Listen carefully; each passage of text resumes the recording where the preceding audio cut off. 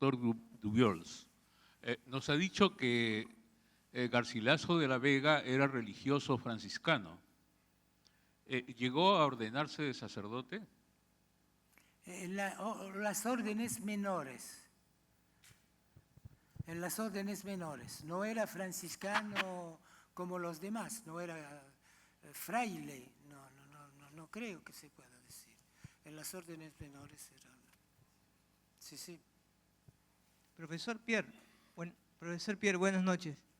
Usted, para explicarnos sobre estos temas, ha hablado sobre Trajano y aquellos varios personajes, porque usted ha tocado dos temas cruciales, que es religión y poder. Mire, yo hasta soñé, creo, ayer para hacerle esta pregunta, profesor Pierre, porque en una moneda de no sé cuántas pesetas en España estaba la efigie de Francisco Franco, y decía, a la memoria del generalísimo Franco, por la gracia de Dios. O sea, mire, y esto es del siglo XX, o sea, esta vinculación entre religión y poder, ¿no? Dice, al general Francisco Franco, por la gracia de Dios. O sea, esto yo pensaba que era la Edad Media, pero o era un pueblo africano, pero era Europa del siglo XX. O sea, pensar que Franco había muerto en los 70, o sea, aquello me parece una humillación para la sociedad española, ¿no? O sea, ¿qué opina usted acerca de esto, ¿no? De una moneda donde está la efigie de Franco y donde se dice, no, por la gracia de Dios? Verdaderamente no puedo opinar nada porque esto es muy distinto, no sé cuáles fueron las condiciones, no puedo, desgraciadamente no le puedo contestar sobre esto.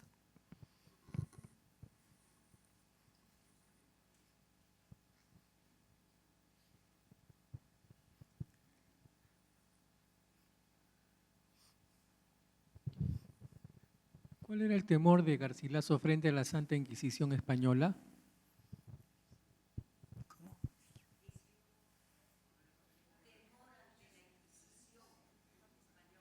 ¿Si hubo qué?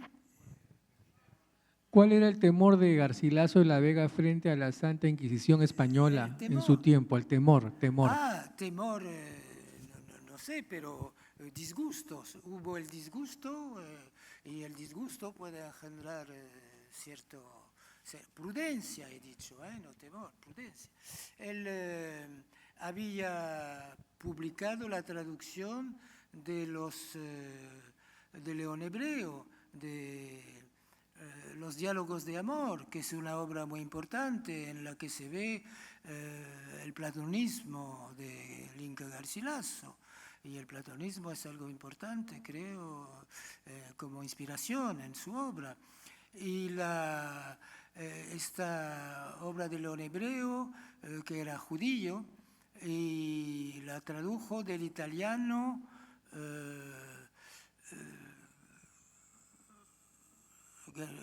Garcilaso sabía el italiano, la tradujo el italiano, y no recuerdo exactamente por qué la Inquisición prohibió la venta durante cierto tiempo. Prohibió la venta de que aparezca o que se vea esta traducción del italiano de León Hebreo, por esto. Esto fue la Inquisición. Después se arregló con la Inquisición esto, se arregló.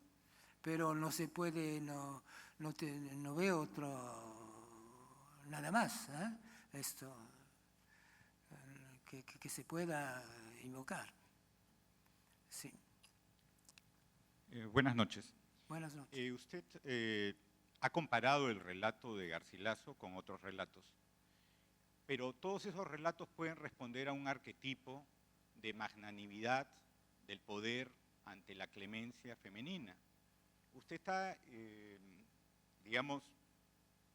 postulando que el relato de Garcilaso es una adaptación de los otros relatos, o que todos esos relatos responden a un arquetipo ante la clemencia femenina, a un pedido de clemencia femenina. Para mí, en absoluto, no responde a un arquetipo, porque la coincidencia hay que compararlos, tomar los textos y ver los textos. La comparación es la misma. Lo que La única cosa en cuanto a arquetipo que se podría, no arquetipo, sino también comparación, ¿eh? Si hubiese otro relato que los otros hubiesen copiado, pero no lo he visto. Y como vemos que los libros de estos están en la biblioteca del Inca, estos tres, pero otros no, y justamente esto. Y entonces, los mismos elementos, y generalmente cuando hay textos comparables, no son tan comparables como estos. Cuando dos autores antiguos tratan de una misma cuestión, generalmente los textos son mucho más diferentes que entre estos textos acá, de estos, ¿sí? Buenas noches. Bueno. Escuchando la parte muy importante de Garcilaso que usted nos ha mencionado. ¿Quién? ¿Dónde? Ah.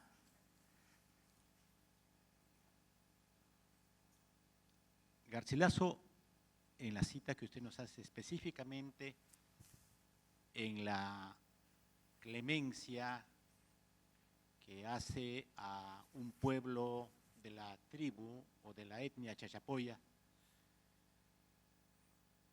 quiero sumarme a esa inquietud de un jesuita, el primer mestizo de América, que justamente coincide también que es chachapoyano. Es de un pueblo que se llama Levanto, que es exactamente del mismo lugar donde usted narra como anécdota de la clemencia de Huayna Cápac. Quiero preguntarle, Blas Valera, ¿qué significó para usted dentro de este proceso de teología de los incas y sobre todo de la defensa desde el punto de vista de una concepción muy contraria al poder central de España? Gracias. ¿Qué cosa? No he entendido bien la... Básicamente, ¿quién nos puede explicar sobre el Blas Valera en esa experiencia de Chachapoya? Blas Valera. ¿Cómo son? Ah, Blas Valera, sí, muy importante Blas Valera, sí. Y creo que Garcilaso, sí, Blas Valera, sí. Está publicado en Roma, en los grandes, en el Arci, en Roma, sí, los libros. Y creo que... Buenas noches, doctor Dubiols. Buenas noches. Creo que la audiencia ha disfrutado el relato de ese pasaje del Inca. Pero me he quedado, no decepcionado, pero yo pensaba escuchar de usted algo más referente al título de su conferencia, Teólogo de los Incas. Y mi pregunta es, ¿escribió algo el Inca Garcilaso para su pueblo, para los incas, para los súbditos de los incas? En cuanto a la fe, ¿escribió algo, hizo algo él como teólogo? ¿O el teólogo es un título, ¿qué le puedo decir? Caprichoso para su conferencia? Gracias. Desde el principio del libro hasta el final hay rasgos, como he dicho, de teología. Y ahora no hay un tratado de teología. El libro no es un tratado, es un libro de historia. Se presenta como un libro de historia. Y dentro de este libro de historia, los juicios, de vez en cuando, desde Manco Cápac, por ejemplo, no he tenido tiempo y no tendría tiempo pero empieza, le diré, un tratado de teología, no la palabra tratado no conviene en absoluto. Pero empieza el libro por un pasaje de algunas líneas que no ha sido, a mi parecer, suficientemente tenido en cuenta por los lectores, porque esto determina la teología de los incas, si se puede decir.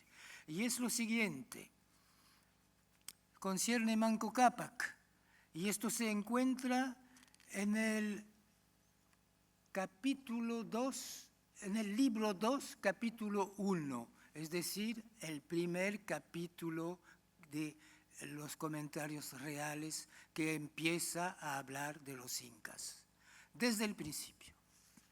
Y leemos esto. Viviendo y muriendo aquellas gentes de la manera que hemos visto, es decir, la gente de la que le llama la primera edad, los bárbaros de la primera edad, los politeístas, que segundistas, los crueles, que practicaban según él sacrificios humanos y todas cosas de este tipo, que comía canibalismo, todo esto era la primera edad, es decir, las tinieblas del demonio, dice. Y entonces viene uno a terminar con las tinieblas del demonio, esto es teología, demonio, Dios, ya digo. Viene uno a terminar con las tinieblas del demonio y es Manco Cápac. Y escribe, viviendo o muriendo aquellas gentes de la primera edad, de la manera que hemos visto, permitió Dios nuestro Señor. Y cuando dice permitió Dios, tiene el sentido de quiso Dios, hizo Dios nuestro Señor, que de ellos mismos, de estos bárbaros, saliese un lucero de alba. En la noche, un lucero de alba, que es Manco Cápac. Un lucero de alba que en aquellas escuridísimas tinieblas les diese alguna noticia de la ley natural. La ley natural forma parte del cristianismo. De la ley natural de la urbanidad y respetos. Esto forma parte de la moral cristiana. Y está hablando de incas antiguos. Y respetos que los hombres debían tenerse unos a otros. Y que los descendientes de aquel, es decir, de Manco Cápac, que los descendientes, es decir, los futuros incas, procediendo de bien en mejor, es decir, progresando siempre en estos temas, cultivasen aquellas fieras, las fieras de la primera edad, del paganismo, de los diabólicos, y las convirtiesen en hombres, haciéndoles capaces de razón y de cualquiera buena doctrina,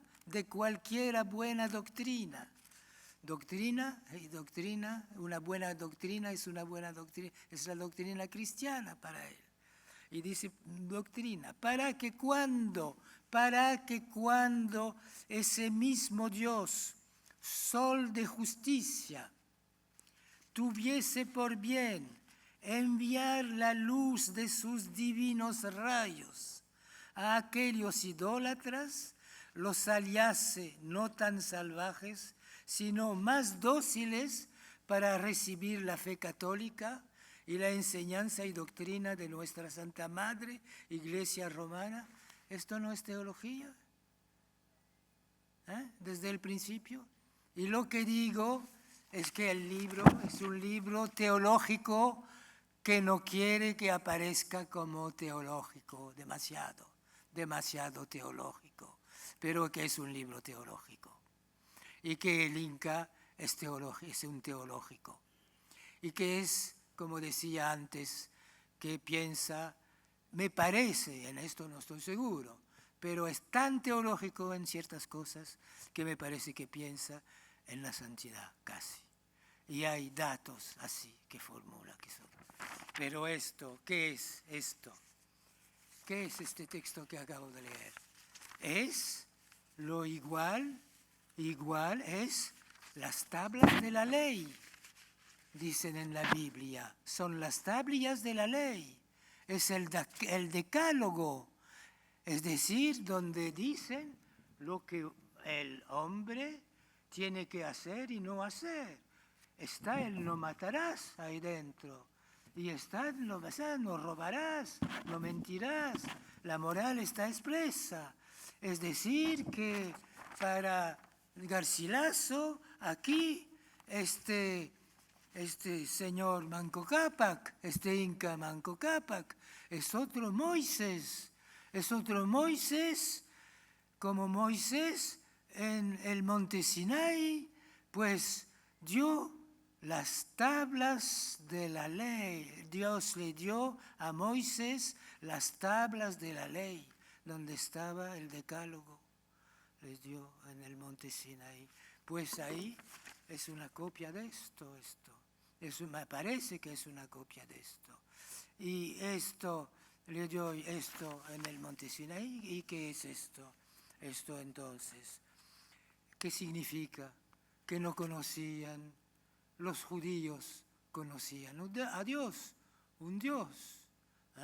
Y por eso, a pesar de que no conocían a Cristo, fueron un pueblo elegido por Dios en el Nuevo Testamento. Elegidos por Dios, los judíos, y en el Viejo Testamento también. Elegido por Dios, pues Dios los sacó de Egipto.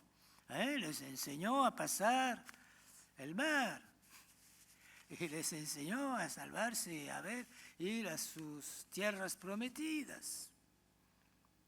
Y Moisés guiándolos. Y esto que hace el pueblo de los incas, con esto es un pueblo elegido también. Es un pueblo elegido por Dios, porque empieza los comentarios con esta frase, pues, quiso Dios, permitió Dios nuestro Señor. Dice permitió, ¿por qué? Porque muchas cosas se hacen en los comentarios reales por el diablo, como la primera edad de la idolatría, pero otras muchas cosas que no tenemos tiempos de... El diablo interviene, por ejemplo, en la aparición del fantasma Viracocha. Dice después el mismo Garcilaso, pudo ser el diablo, no es forzoso que sea Dios el que haya... Ya sí el diablo, pero el diablo, como decían, permitiéndolo Dios. ¿Por qué? Porque Garcilaso quiere crear la providencia divina en todo esto. Y la providencia divina funciona no solamente en el Perú, pero en otros pueblos del mundo. Y no tengo tiempos de citar los ejemplos. En otros pueblos del mundo funciona la providencia divina, que consiste en crear en pueblos muy distintos, como en Persia, capital Susa, que me hablabas a propósito de Esther y Asuerus, que estábamos hablando, como en Persia, como en Grecia, donde habla de los halcones que vienen, el águila matado por otros pájaros, que leemos en Garcilaso, el pobre Huayna Cápac que ve esto, el águila matado por otros pájaros que vienen a matarlo, y es el águila real, casualmente. Esto porque Huayna Cápac va a morir antes de la llegada de los españoles. Pero ¿qué hace Huayna Cápac antes de la llegada de los españoles? Anuncia la llegada de los españoles y dice, tienen una ley mucho mejor que la nuestra. Entonces una religión mucho mejor que la nuestra y ustedes tienen que adoptarla. Dice a los indios, en herencia. ¿Qué hace? Es un predicador cristiano, Huayna Cápac, antes de morir en su testamento. Bueno, ¿y qué hace? ¿Qué hizo en dos, lo que dice exemplum, que dice, el único Dios de los peruanos, de los incas, según Garcilaso, era el sol. Pues el sol, Garcilaso dice que casualmente Tupac Yupanqui y Huayna Cápac, es decir, la familia, pues los incas de la familia pronunciaron un exemplum en latín, es decir, un ejemplo, una cosa que da ejemplo. ¿Y cuáles fueron los ejemplos de los dos, que fueron los mismos? Es que el sol da vueltas al mundo todos los días. El sol hace un trabajo tal que no puede tranquilizarse, no puede reposar, tiene que hacer siempre el mismo, a las mismas horas.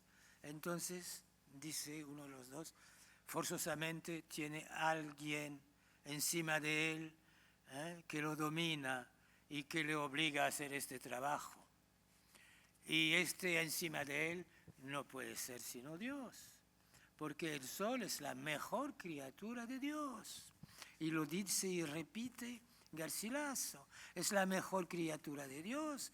Esto se encuentra en Platón, esto se encuentra en otros muchos, se encuentran en